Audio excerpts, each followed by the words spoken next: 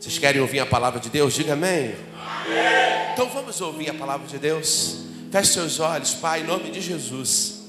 Estamos na tua casa e o nosso propósito está aqui para aprender um pouco mais no teu santuário.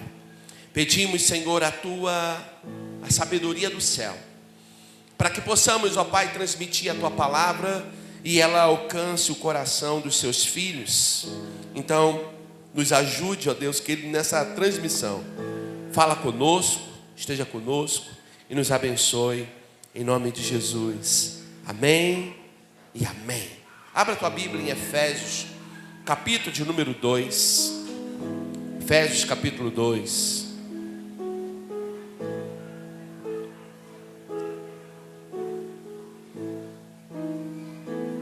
Oh, aleluia, Jesus.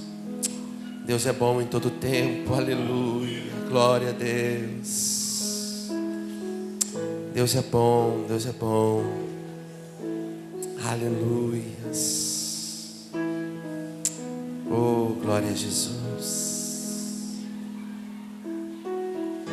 Efésios capítulo 2, a partir do versículo 13, diz assim a palavra de Deus: mas agora em Cristo Jesus, vocês que antes estavam longe, foram aproximados mediante o sangue de Cristo, pois Ele é a nossa paz, o qual de ambos fez um, destruiu a barreira, o muro da inimizade, anulando em seu corpo a lei dos mandamentos, expressa em ordenanças. O objetivo dele era criar em si mesmo, dos dois, um novo homem, fazendo a paz, reconciliar com Deus os dois em um corpo, por meio da cruz, pelo qual ele destruiu a inimizade. Ele veio e anunciou a paz, e vocês que estavam longe,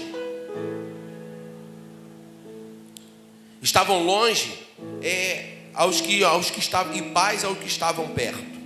Pois por meio dele, tanto nós como vocês temos acesso ao Pai por um só Espírito. Portanto, vocês já não são estrangeiros nem forasteiros, mas concidadãos dos santos e membros da família de Deus, edificados sobre o fundamento dos apóstolos e profetas, tendo Jesus Cristo como a pedra angular, no qual todo edifício é ajustado e cresce para tornar-se um santuário no Senhor. Nele vocês também estão sendo edificados juntos, para se tornarem a morada de Deus no seu Espírito. O apóstolo Paulo escreve essa carta para alertar o povo de Éfeso, para dar direções, para dar instruções àquele povo. É uma carta de instrução. Repito comigo, a carta aos Efésios. Está bem fraco isso aí. A carta aos Efésios é uma carta de instrução. Ele estava acrescentando à fé daquele povo instruções para afirmar, para consolidar, a confiança que eles tinham no Senhor. Então eles precisavam agora ser fortalecidos. Por quê, pastor? Porque eles eram gentios. E como um povo gentios, talvez olhado como um ser de segunda categoria, porque assim os judeus enxergavam os gentios. Os gentios, eles eram tratados de forma desprezada. Eles eram desprezados. Os judeus os consideravam como incircuncisos, objeto de escárnio, de repreensão. Deus, quando eu achei interessante, num dos escritos de John MacArthur, ele vai dizer que Deus, ele escolhe a nação de Israel para ser a referência da glória dele na terra. E o mundo seria alcançado pela salvação se Israel cumprisse, se Israel fosse de verdade uma referência. Os povos olhariam para Israel e desejariam o Deus de Israel, como aconteceu no caso de Raabe, como aconteceu no caso de Ruth. Eles não faziam parte da nação, mas eles desejaram fazer parte porque alguém deu um bom testemunho. Nós tivemos o caso de Noemi, que acompanhou Ruth e talvez ela ficou encantada pelo Deus de Noemi, a ponto de Noemi falar assim: minha filha, eu não tenho mais filhos. Você é minha nora e eu já estou numa certa idade, eu não tenho mais filhos. Eu vou liberar você, vai para a tua terra, vai para o teu povo, porque eu vou voltar como uma mulher amargurada para a minha terra. E diz ela: tão certo como vive o Senhor, eu não vou deixar você. Eu não vou abandonar você. Onde você for eu irei. O seu Deus será o meu Deus. O seu povo será meu povo. Gente, por que ela fez isso? Porque Noemi foi uma boa sogra. Porque Noemi foi uma boa referência. Quando nós vemos a história de Raabe, uma meretriz, uma prostituta, ela morava em cima das muralhas de Jericó. Quando Deus destruiu tal cidade, Deus escolheu essa mulher escolheu a Deus, ao invés do seu próprio Deus. Ela escolheu servir a Deus e como resultado, ela e toda a sua casa foram salvos. Gente, isso é lindo demais. Não foi apenas Raabe, mas todos que estavam com ela na sua casa, sabe, todos que estavam ali foram preservados, ficaram vivos, fizeram parte, muito mais do que parte da nação, fizeram parte da linhagem do próprio Jesus. Deus escolheu a nação de Israel para ser uma referência, mas ao invés de eles se tornarem uma referência, eles se isolaram, bateram no peito e dizendo ser superiores aos demais. Por isso os gentios, aos olhos dele, eles eram objeto de escárnio, eles eram excluídos. Então, primeira separação, a separação social. Segunda separação espiritual. Repita comigo: separação espiritual. Essa segunda separação era mais significativa, porque o gentio era um povo que estava separado da nação de Israel, ou separado da visão de Deus, de 5 formas. Quais são elas? A primeira, eles estavam sem Cristo. Eles tinham muitos deuses, mas não tinham Messias, não tinham libertador, não tinham Salvador. Então, a primeira, eles estavam sem Cristo, e se em Cristo não havia propósito eterno para eles. Segundo, eles estavam separados da comunidade de Israel. Como eu disse, os judeus eram escolhidos, um povo escolhido, os gentios não. Eles eram uma nação cujo supremo rei era o próprio Deus, tinham bênção exclusiva para eles, mas os gentios, eles não tinham um Deus. Então eles não se beneficiavam, sabe, dessa alegria que os judeus possuíam. Tanto é que os gentios tinham muitos deuses. Repita comigo: muitos deuses.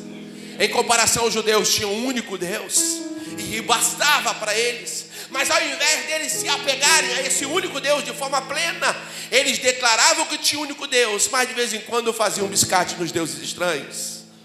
De vez em quando eles se apegavam a outras divindades. Nós vamos ver isso no caso de Acabe, que era israelita por natureza, mas eles acabou se associando a Baal e a outros deuses da sua época, a ponto de sacrificar os seus filhos a um deus chamado Moloque, ou seja, um israelita que sacrifica os seus filhos a uma entidade, a um outro deus. Ou seja, a nação de Israel, eles se julgavam ser monoteísta, mas eles acabavam também cometendo erros. Segunda separação, segundo erro, ou segunda falha, dessa separação espiritual. Terceiro, eles eram estranhos à aliança da promessa. Não partilhavam das alianças divinas, no qual Deus prometeu somente ao seu povo, os descendentes de Abraão. Quarto, eles não tinham esperança. Não havia recebido nenhuma promessa, então para eles era viver aqui e acabou. Por isso eles se entregavam às suas paixões de forma dissoluta. E quinto, eles estavam sem Deus no mundo.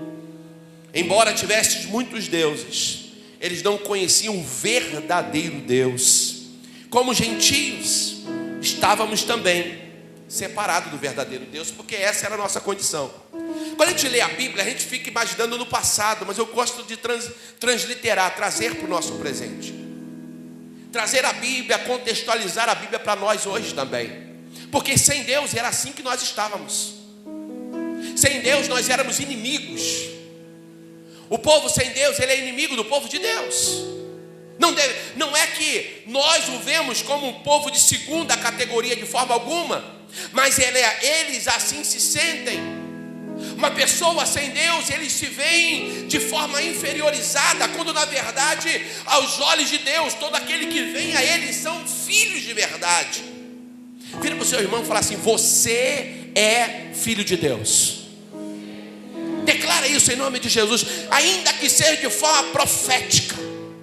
Por que isso, pastor? Porque todos aqueles que recebem a Deus como Senhor e aceitam Jesus como Salvador se tornam filhos de Deus. Era exclusivo dos judeus isso. Os judeus eram exclusivistas nessa área. Mas quando Jesus veio lá em João capítulo 1, versículo 11, ele vai dizer assim: eu vim para os meus judeus, mas os judeus não me receberam.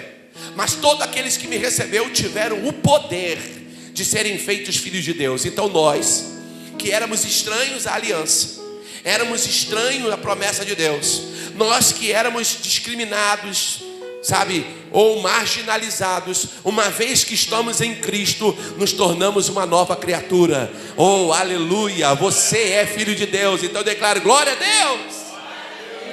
Agora, pastor, muito bom, eu sou filho de Deus. E o que acontece com isso? Irmãos, quando nós compreendemos que somos filhos de Deus, há para nós uma nova história. Uma nova história. Vira para o seu irmão e fala assim: há para você uma nova história. Oh, aleluia. Quando nós estamos em Cristo, nos aproximamos dele, Deus escreve para nós uma história nova, algo novo. E eu queria então, a partir do versículo 13, estar compartilhando com você alguns pensamentos. Mas agora em Cristo Jesus, vocês que antes estavam longe, foram aproximados mediante o sangue de Jesus. Ou seja, agora antes eu era estranho, agora eu posso me aproximar de Deus. Por quê? Porque Ele fez da gente, dos dois povos, gentios e judeus, um só povo.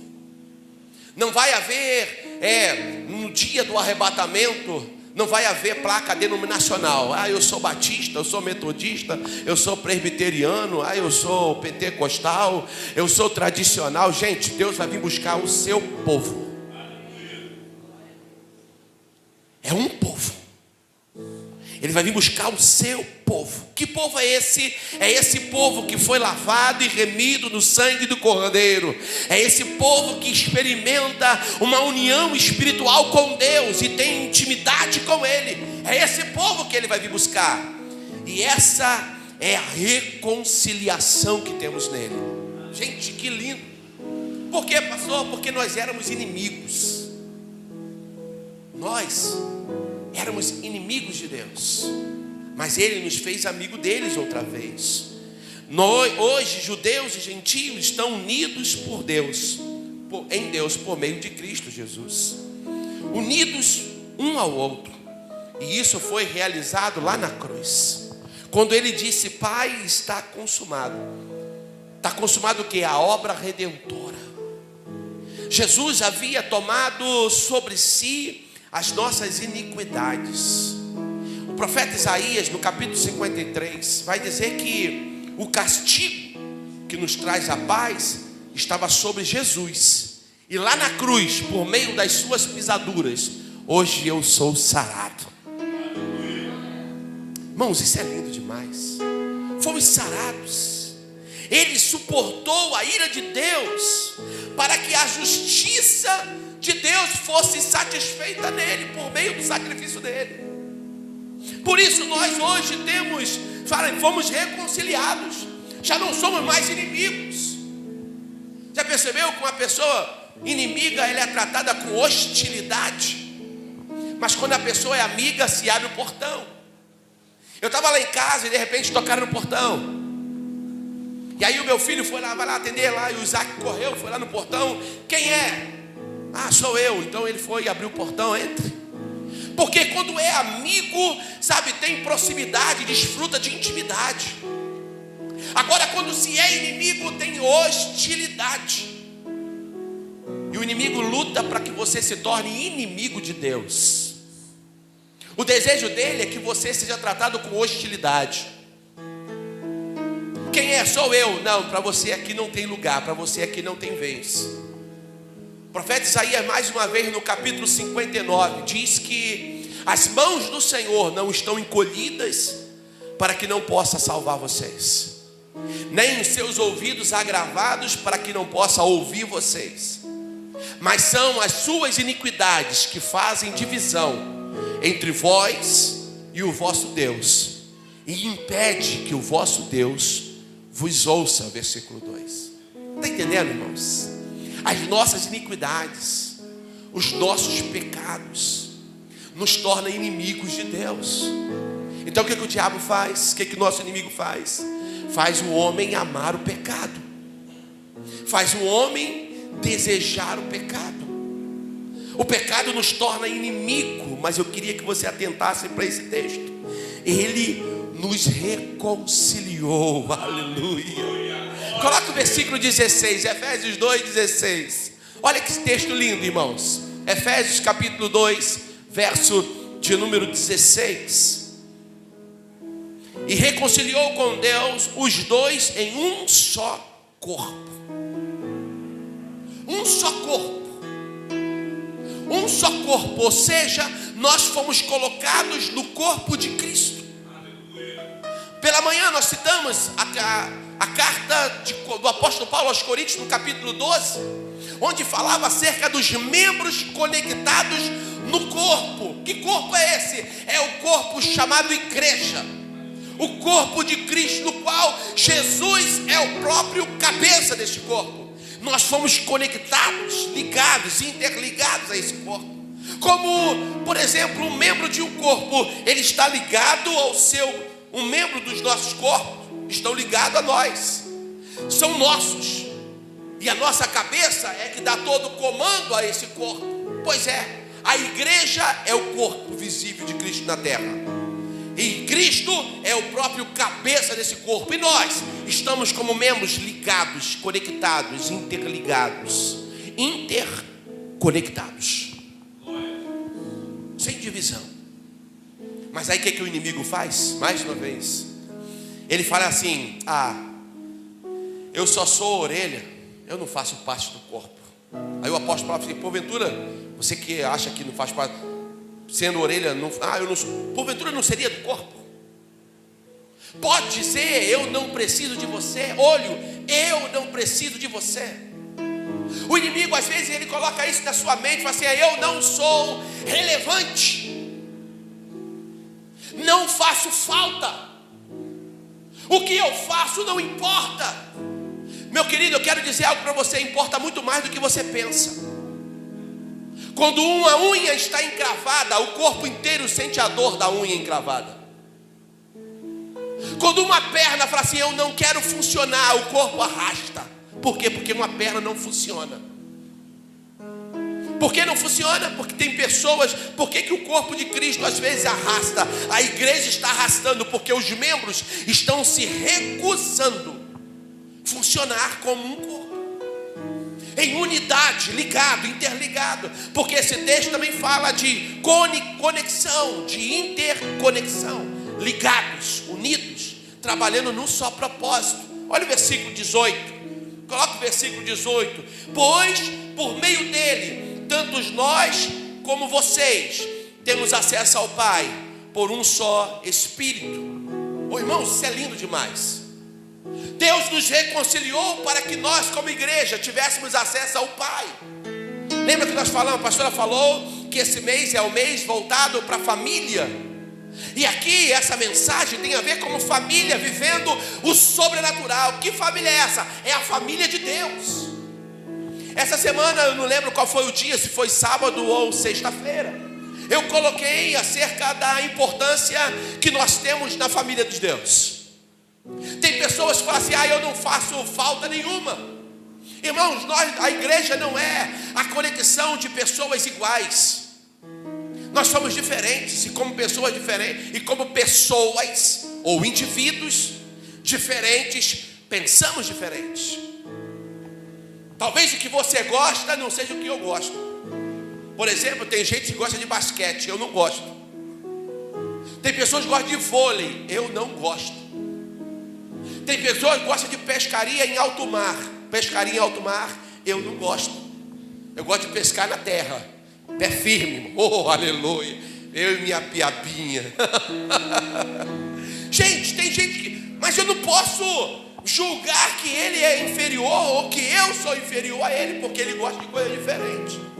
Porque a beleza do corpo de Cristo está na diferença, irmãos. E eu vou dizer mais, a igreja brasileira é linda. Já vou explicar para você porque é linda.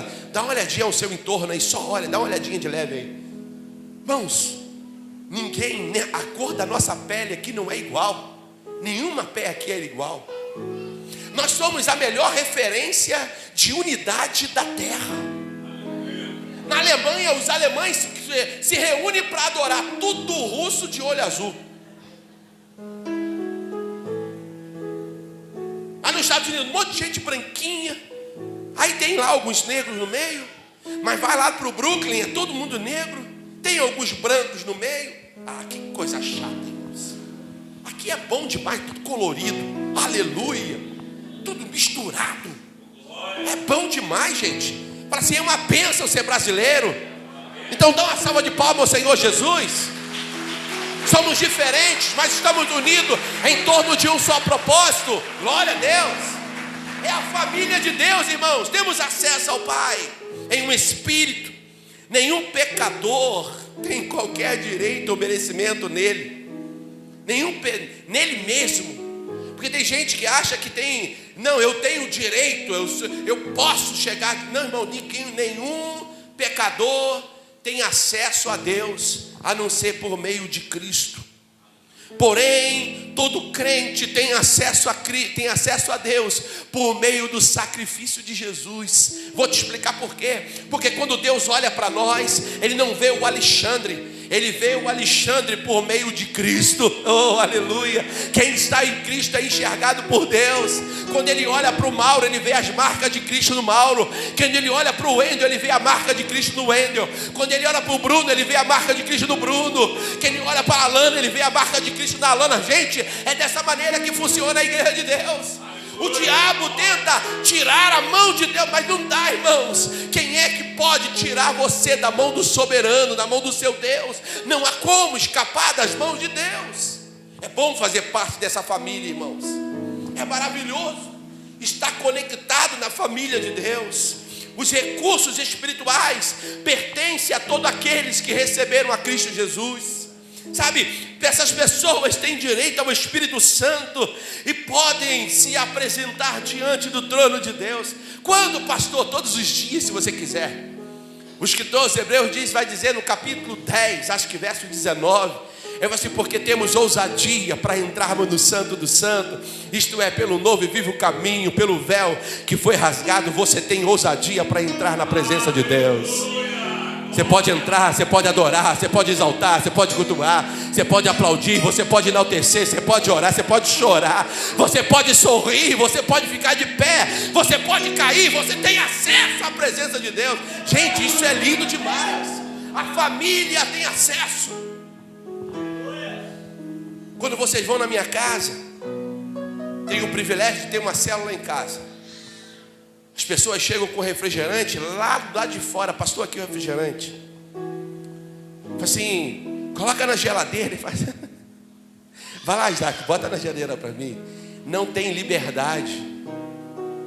Por quê? Porque eles não são necessariamente da família.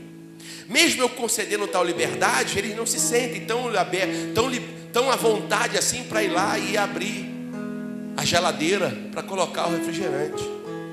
Eles, quando eu sede, pastor, você pode me dar um pouco d'água? É natural, eles não fazem parte da família diretamente.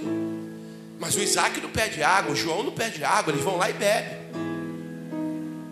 É igual a cama, é igual o quarto. Todo mundo tem acesso, as pessoas podem até ter acesso à tua casa. Mas eles não têm acesso ao seu quarto. O quarto é lugar de intimidade. É lugar da família, lugar do casal ou dos filhos. Os quartos dos meus filhos ficam portas fechadas. O meu quarto fica de porta fechada. Quem é que entra no meu quarto? A família. Ou aqueles que, às vezes, de vez em quando, eu vou levar alguém para ver o closet ou alguma coisa lá, e eu falo assim, entra aqui. E a pessoa entra, dá aquela olhada santa. É tudo santo, irmão. Lá em casa não tem nenhum olho grande. Todos que vão lá são santos. Glória a Deus. E aí vão lá e saem, glória a Deus, é bênção do Senhor Jesus. Mas eles saem, eles nem ficam. Por quê? Porque eles não fazem parte da família. Agora você faz parte da família de Deus. Sabe o que o diabo gosta de fazer? é roubar de você essa alegria de estar reunida na família. Você se sentiu um estranho na sua própria casa. Acho que não tem coisa pior do que isso. Se sentir um estranho dentro da sua própria casa. Tem gente assim, irmãos, aqui na terra desse jeito. Se sente um estranho no ninho. Ele não pega a comida e bota no prato. Não é porque ele é muito educado, não. É porque ele não se sente confortável. Estranho. Agora, diante de Deus, eu quero dizer para você uma coisa muito importante. Na cultura, quando Jesus veio aqui na terra, ele falou que nós fomos unidos a Cristo, unidos à família de Deus por meio da adoção. Na cultura romana, um filho adotado tinha os mesmos direitos de um filho biológico. Na nossa cultura também, mesmo direito. Sabe o que significa isso? Apesar de termos sido adotados, você tem que chegar, como dizia para uma irmã aqui da igreja, chegando, fazendo parte, é da família, tem acesso, glória a Deus, tem direito, pode abrir o portão. Ou vou dizer uma coisa mais importante também: quem tem liberdade tem a chave. Ele entra ou conhece, quando não tem chave, conhece os macetes. Porque eu já fui em casa de pessoas aqui na igreja, eu não vou falar quem. Ele não tem chave não, ele dá assim, dá 3 pulinhos, bate no portão e o portão abre sozinho, gente. Alguns casos tem uns barbantes escondidos, ele dá uma puxadinha no pé, né? Água de sésamo e o portão abre, sem chave, que coisa extraordinária. Nas casas mais modernas tem um botãozinho, né? Aperta o botãozinho e o portão abre. Mas essa é ultra moderna. Tem um barbante escondido, tem um aramezinho. Pois é. Só quem é da família sabe onde. Porque o problema não é o arame, é onde ele está. É, onde está o arame. O problema não é o pulinho, né? 3 pulinhos, mas dependendo do local onde se dá o pulinho para o portão abrir. Tem uns macetes assim. Mas eu quero dizer que quem faz parte da família tem acesso ao trono de Deus. Pode se achegar a Ele. Oh, aleluia. Por quê, pastor? Porque lá a recepção é cordial. Qualquer momento você pode ir. Quem tem acesso? Quem tem mãos limpas, coração puro, quem está santo diante de Deus, pode chegar. Oh, pode chegar. Versículo 19. Versículo 19 é interessante. Olha que vai dizer: portanto, vocês já não são estrangeiros, nem forasteiros, mas concidadãos dos santos e membros da família de Deus. Concidadãos. Ou seja, fazem parte da mesma pátria. Não é apenas cidadãos, são concidadãos. Eles nasceram na mesma localidade, na mesma pátria, são concidadãos. São brasileiros. Você pode ser um brasileiro em Portugal, mas é quando você está com o meio do seu povo. Então eles são concidadãos, são cidadãos da mesma pátria. Você faz parte de uma pátria eterna. Você faz parte do reino de Deus. Tenha isso na tua mente: eu faço parte do reino de Deus. Por quê? Porque o reino de Deus é feito por pessoas que creem em Deus. Tem alguém que crê em Deus aí? Levanta a mão em nome de Jesus. Então você faz parte da família de Deus.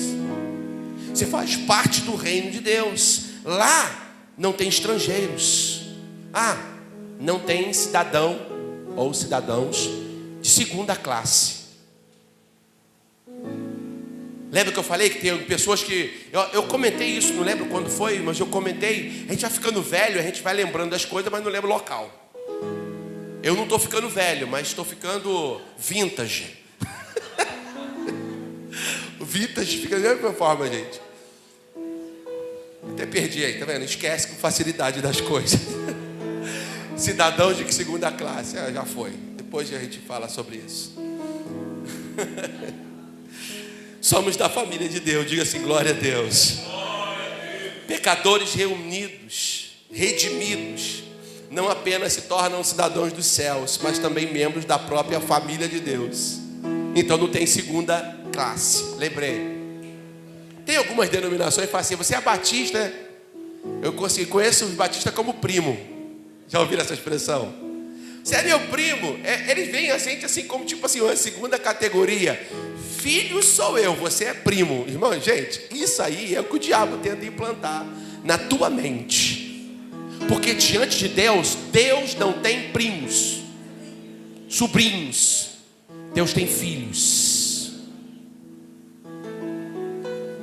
Apesar de todas as diferenças, nós somos uma família. Então aqui dentro só tem irmãos. Você pode aplaudir ao Senhor Jesus?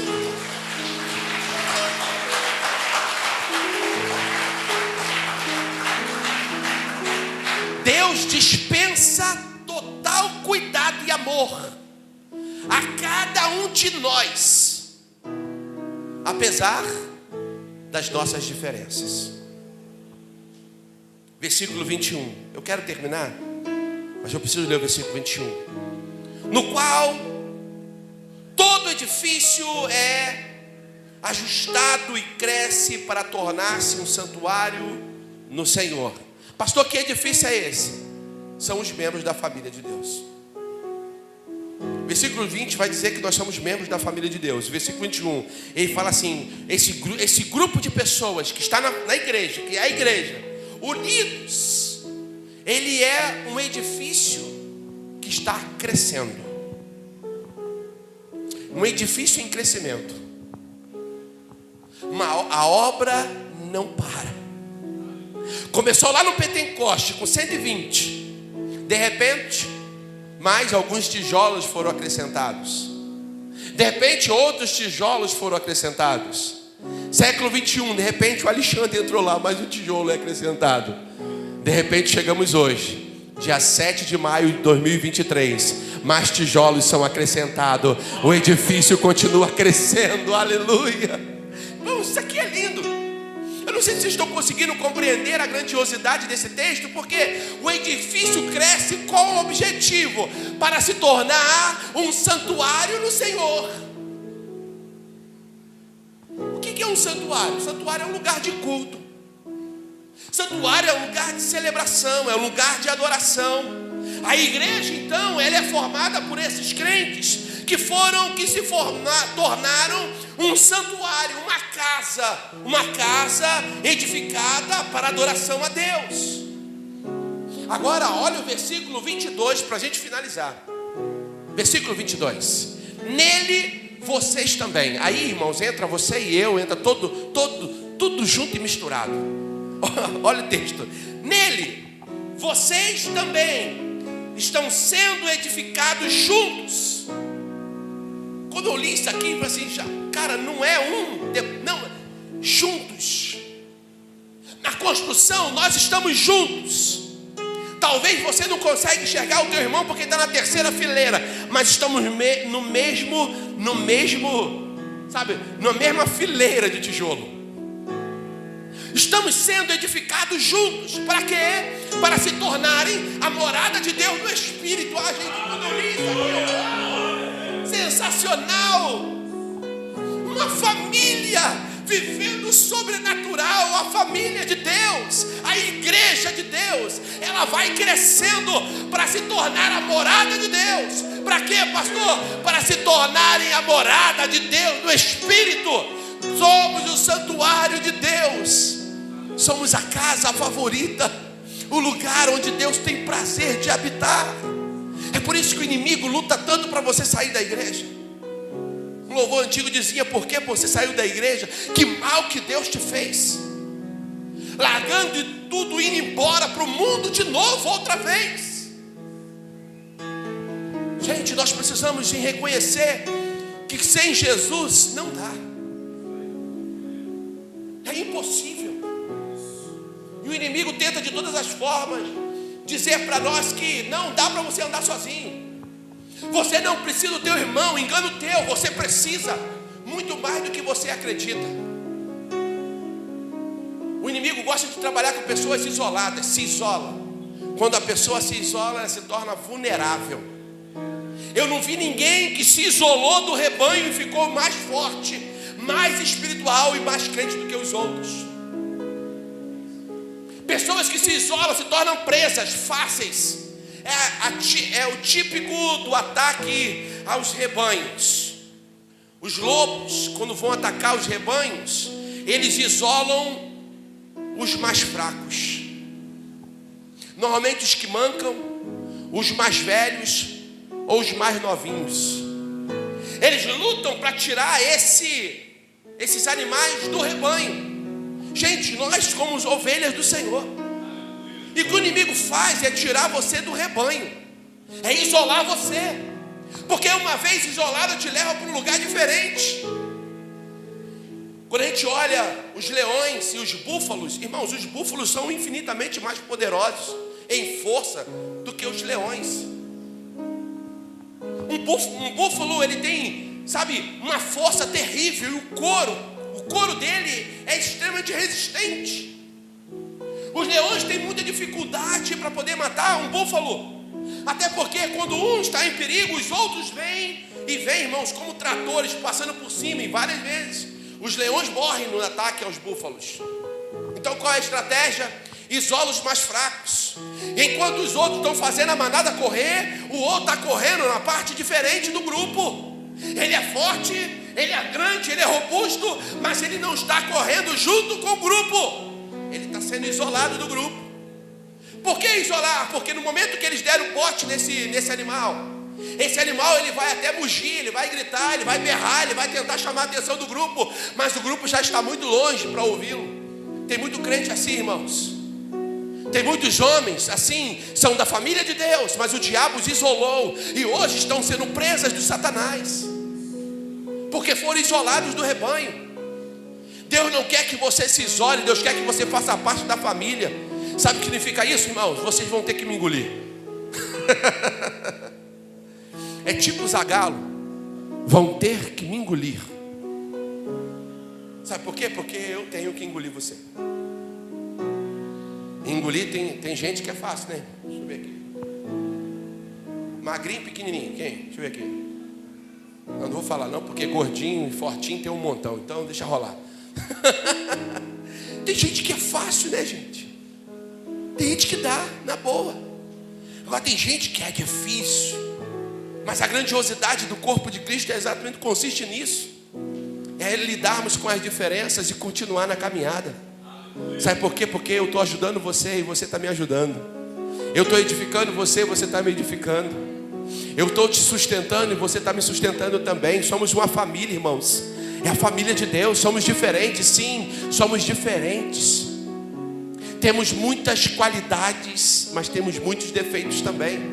E outra, qualidades que admiramos, como eu tenho dito, mas defeitos que odiamos. Pois é, odiamos no outro, mas nós temos também nosso montoeira de defeito também. E aí, como é que vai fazer agora então? Eu preciso jogar de lado as minhas diferenças e aceitar que Jesus me aceitou como eu era. E eu preciso aceitar agora fazer parte dessa família.